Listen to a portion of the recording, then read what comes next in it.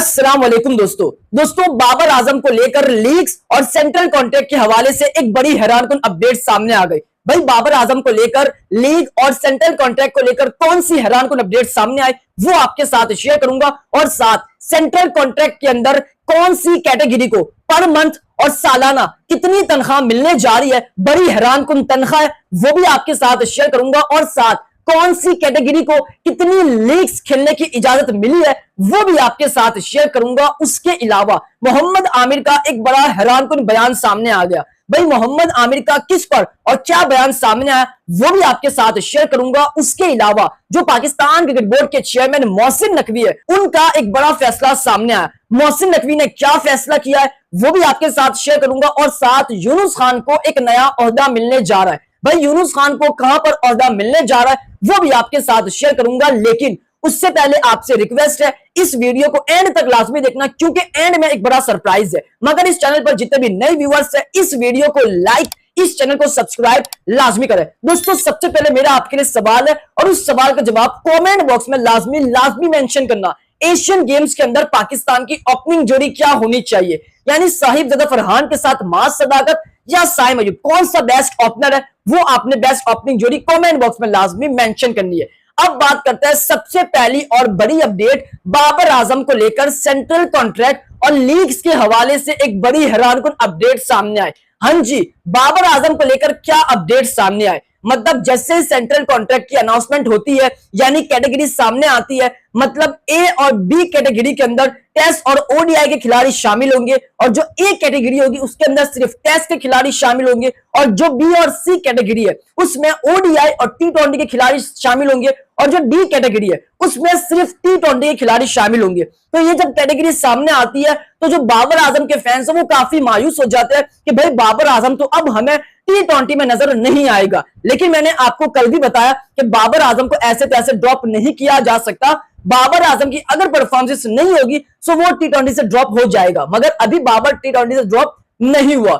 लेकिन बाबर आजम को लेकर सेंट्रल कॉन्ट्रैक्ट और लीग के हवाले से क्या अपडेट है मैं आपको पहले बताता हूं कि भाई जो सेंट्रल कॉन्ट्रैक्ट की अनाउंसमेंट हुई है कैटेगरी वाइज, तो कौन सी कैटेगरी को कितनी लीग्स खेलने की इजाजत मिली है पहले वो आपको बताता हूं, फिर आपको पता चलेगा कि बाबर आजम को लेकर आखिर माजरा क्या है। सबसे पहले आप ये देखें कि जो टेस्ट की कैटेगरी है यानी ए कैटेगरी, उनको 0 लीग की इजाजत मिली है, यानी एक भी लीग वो कैटेगरी के खिलाड़ी नहीं खेल सकते। और ये किसको लेकर अपडेट है, ये सिर्फ ए कैटेगरी को लेकर, यानी जो सिर्फ टेस्ट के खिलाड़ी है उनको एक भी लीग खेलने की इजाजत नहीं मिलेगी। उसके अलावा जो टेस्ट और ओडीआई के खिलाड़ी है उनको सिर्फ एक लीग खेलने की इजाजत मिलेगी, अब चाहे वो पीएसएल हो या कोई और लीग हो। यानी ए और जो बी कैटेगरी है उसके अंदर जितने भी खिलाड़ी है उनको पूरे साल सिर्फ एक लीग खेलने की इजाजत मिलेगी।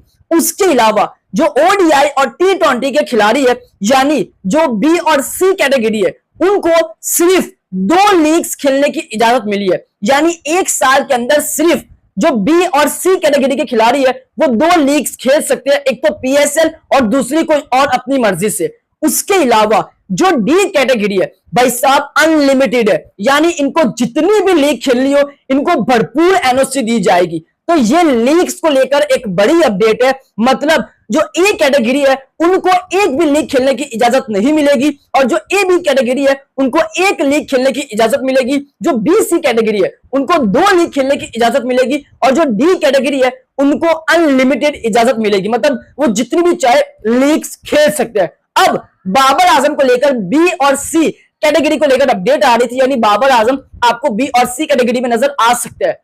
तो भाई साहब अब बाबर आजम कितनी लीग खेलने जा रहे हैं, बाबर आजम सिर्फ और सिर्फ 2 लीग्स पूरे साल के अंदर खेलेंगे, ये बड़ी अपडेट है। मतलब बाबर आजम एक पीएसएल की लीग खेलेंगे और एक बिग बैश लीग, मतलब बाबर आजम हमें श्रीलंका प्राइम लीग के अंदर नजर आते हैं, उसके अलावा बांग्लादेश प्राइम लीग में नजर आते हैं। सो बाबर आजम अब कोई सी भी लीग में नजर नहीं आएंगे सिवाय पीएसएल और बिग बैश लीग। तो बाबर आजम पूरे साल सिर्फ ये 2 लीग्स खेल सकते हैं, एक पीएसएल और एक बिग बैश लीग। तो ये बाबर आजम को लेकर बड़ी हैरानकुन अपडेट है। मतलब मैं इस खबर को देखकर चौंक गया कि यार जब बाबर आजम पाकिस्तान का सुपरस्टार है और एटलीस्ट सुपरस्टार को तो आपको इजाजत देनी चाहिए कि वो जितनी चाहे लीग्स खेल सकते हैं। अभी बाबर आजम की परफॉर्मेंस भी अच्छी है, मगर उसके बावजूद बाबर आजम को लेकर ये हैरानकुन अपडेट है कि पूरे साल सिर्फ 2 लीग्स खेल सकते हैं, एक पीएसएल और एक बिग बैश लीग। इसके अलावा बाबर आजम आपको कोई भी लीग में नजर नहीं आएंगे। तो ये है बाबर आजम को लेकर बड़ी अपडेट। अब भाई सेंट्रल कॉन्ट्रैक्ट के अंदर कौन से कैटेगरी को कितने पैसे मिलने जा रहा है पर मंथ और सालाना। भाई साहब अगर बात की जाए तनख्वाह की, तो भाई साहब जो टेस्ट के खिलाड़ी है, मतलब सिर्फ जो टेस्ट खेलेंगे यानी एक कैटेगरी, उनको सालाना 4 करोड़ 80 लाख रुपए दिए जाएंगे। एक कैटेगरी के जितने भी खिलाड़ी है, जैसे रिजवान हो गए, जैसे साजिद खान हो गए, इनको सालाना 4 करोड़ 80 लाख मिलेंगे। उसके अलावा जो टेस्ट और वनडे के खिलाड़ी है, यानी जो ए और बी कैटेगरी के खिलाड़ी है, उनको सालाना 6 करोड़ रुपए दिए जाएंगे, जिसके अंदर बाबर आजम शामिल है, जिसके अंदर सलमान अली आगा शामिल है, और भाई साहब बड़े बड़े नाम है जिसके अंदर अबरार अहमद भी है। तो इनको सालाना 6 करोड़ रुपए दिए जाएंगे। ये ए और बी कैटेगरी के लिए है। तो ये ए और बी कैटेगरी के जो खिलाड़ी है उनको 6 करोड़ मिलेंगे सालाना। उसके अलावा जो वनडे और टी20 के खिलाड़ी है, यानी जो बी और सी कैटेगरी है, उनको सालाना 2 करोड़ 16 लाख मिलेंगे। यानी जो सिर्फ टी20 और ओडीआई खेलेंगे उनको सालाना 2 करोड़ 16 लाख मिलेंगे। और जो डी कैटेगरी है, यानी जो टी20 सिर्फ खेलेंगे, उनको सालाना 1 करोड़ 80 लाख मिलेंगे। तो ये है कैटेगरी वाइज तनख्वाह कि कौन किस कैटेगरी में उसको इस हिसाब से सैलरी मिलेगी। उसके अलावा अगर बात की जाए सिर्फ एक टेस्ट मैच की, यानी बाबर आजम सिर्फ एक टेस्ट मैच अगर खेलते हैं, तो भाई बाबर आजम को एक टेस्ट मैच की जो फीस दी जाएगी वो 15 लाख दी जाएगी एक मैच की। मतलब एक टेस्ट मैच अगर बाबर आजम खेलते हैं उनको 15 लाख मिलेंगे, एक मैच साजिद खान खेलते हैं उनको 15 लाख मिलेंगे। उसके अलावा अगर एक वनडे मैच बाबर आजम खेलता है तो बाबर आजम को एक वनडे मैच के 7,50,000 मिलेंगे। ये है बाबर आजम को लेकर और दीगर खिलाड़ियों को लेकर वनडे की सैलरी सिर्फ एक मैच की।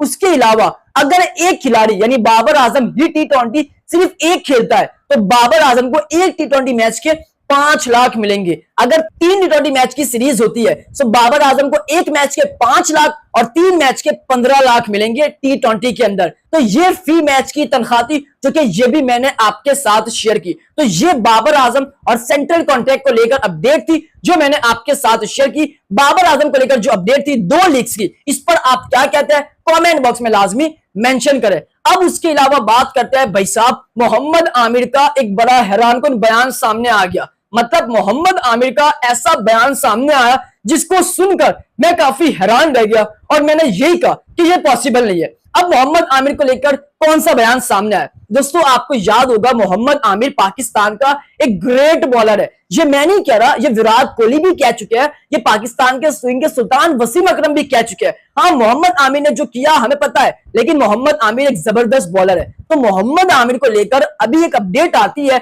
जो कि मैंने ये कहा कि पॉसिबल नहीं है। क्या अपडेट आती है भाई? खबर ये आती है कि मोहम्मद आमिर एक बड़ा बॉलर है, एक बड़ा खिलाड़ी है, बड़े मैच का बॉलर है, मैच को पलट देता है मोहम्मद आमिर। सो मोहम्मद आमिर जो अगले साल पीएसएल होने जा रहा है 2027 का एडिशन 12, उसमें मोहम्मद आमिर हिस्सा नहीं लेंगे क्योंकि वो एक बड़ा बॉलर है, वो एक बड़ा नाम का खिलाड़ी है। ये अपडेट आ रही है। मतलब मैं हैरान रह गया कि भाई ये अपडेट कैसे लोग चला सकते हैं सोशल मीडिया पर। ये कुछ लोगों ने अपडेट चलाई कि जो मोहम्मद आमिर है वो अगले साल पीएसएल के जो 12th एडिशन है उसमें हिस्सा नहीं लेंगे क्योंकि वो बड़ा बॉलर है, वो मैच को पलट देता है, तो वो बड़े नामों में शुमार होता है, तो इसलिए वो अगले साल पाकिस्तान सुपर लीग का हिस्सा नहीं होगा। ये अपडेट आती है। भाई एक मोहम्मद आमिर जिसने बार बार कहा है कि मैं अपनी लीग को नहीं छोड़ सकता, आप जितना भी कह लें मैं पाकिस्तान सुपर लीग खेलूंगा। बीच में अपडेट आ रही थी मोहम्मद आमिर इंग्लैंड शिफ्ट हो रहा है, सो मोहम्मद आमिर आईपीएल खेलेंगे। जब भी मोहम्मद आमिर ने यह कहा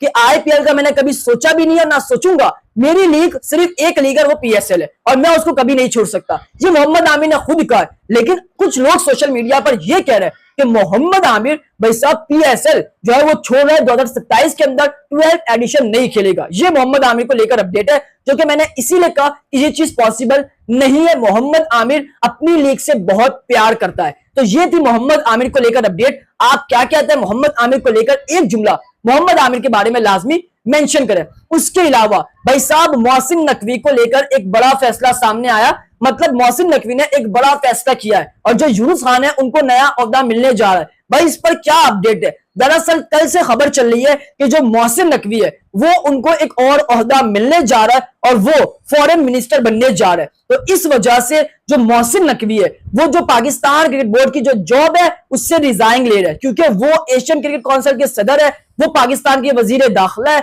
उसके अलावा पाकिस्तान क्रिकेट बोर्ड के चेयरमैन है और अब फॉरेन मिनिस्टर बनने जा रहा है पाकिस्तान के। तो जो मोहसिन नकवी है उनके पास काम बहुत ज्यादा है, इसी वजह से वो पाकिस्तान क्रिकेट बोर्ड के जो चेयरमैन है उस जॉब को छोड़ रहा है और उनकी जगह यूनुस खान आ रहा है। ये कुछ लोग खबरें फैला रहे हैं। सो भाई साहब जो मोहसिन नकवी है, हाँ मोहसिन नकवी फॉरेन मिनिस्टर बनने जा रहे हैं, ये पाकिस्तान के एक बड़े न्यूज चैनल ने चलाई है। अगर मोहसिन नकवी फॉरेन मिनिस्टर बन भी जाते हैं तब भी वो पाकिस्तान क्रिकेट बोर्ड के जो चेयरमैन की जॉब है उससे रिजाइन नहीं लेंगे। ये मोहसिन नकवी ने आखिरी फैसला किया है, यानी Mohsin Naqvi Asian cricket council के सदर भी रहेंगे, पाकिस्तान बोर्ड के चेयरमैन भी रहेंगे, उसके अलावा पाकिस्तान के वजीर दाखिला भी रहेंगे और अब पाकिस्तान के फॉरेन मिनिस्टर भी रहेंगे। ये मोहसिन नकवी को अपडेट है। तो जो यूनुस खान है वो पाकिस्तान क्रिकेट बोर्ड के नए चेयरमैन नहीं बनने जा रहे। जो लोग कह रहे हैं कि यूनुस खान नए पीसीबी बनने जा रहे हैं, तो ये सब फेक है। हाँ यूनुस खान को पाकिस्तान के अंदर जरूर लाने की बातचीत चल रही है,